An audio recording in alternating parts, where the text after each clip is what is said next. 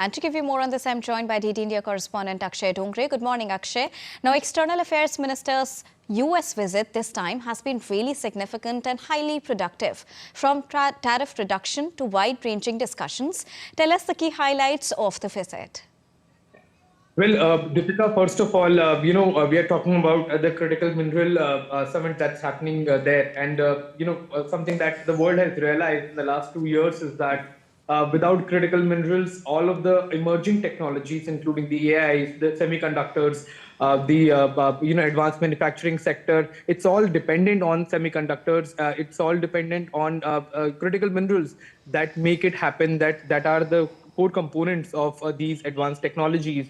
And that perhaps is the reason why from China to India to the US and the European markets as well are trying to ensure that they have a steady and resilient, reliant supply of these critical minerals. And unless that is done, the future of economies of the countries is still hanging in the balance. And that perhaps is the reason why earlier when there were bottlenecks in the supplying of semiconductors, in supplying of these critical minerals, many of the technologies, many of the manufacturing bases of the world have came to a standstill, and that's why countries have now started to diversify their own supplies of these essential components as far as the manufacturing sector is concerned.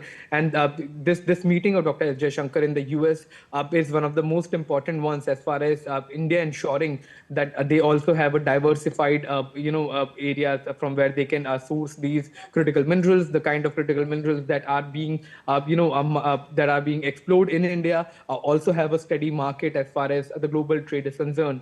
And that perhaps is one of the core objectives of this visit. However, besides the critical minerals that is in the core of the talks right now, the other essential part and the elephant in the room remains the trade deal that has been signed, that has been announced by India and the US as far as the two large economies are concerned. In fact, the largest economies of the world when it comes to the top 10 countries. Both the countries are now trying to iron out all the modalities, all the components, essential areas that have to be finalized in this trade deal.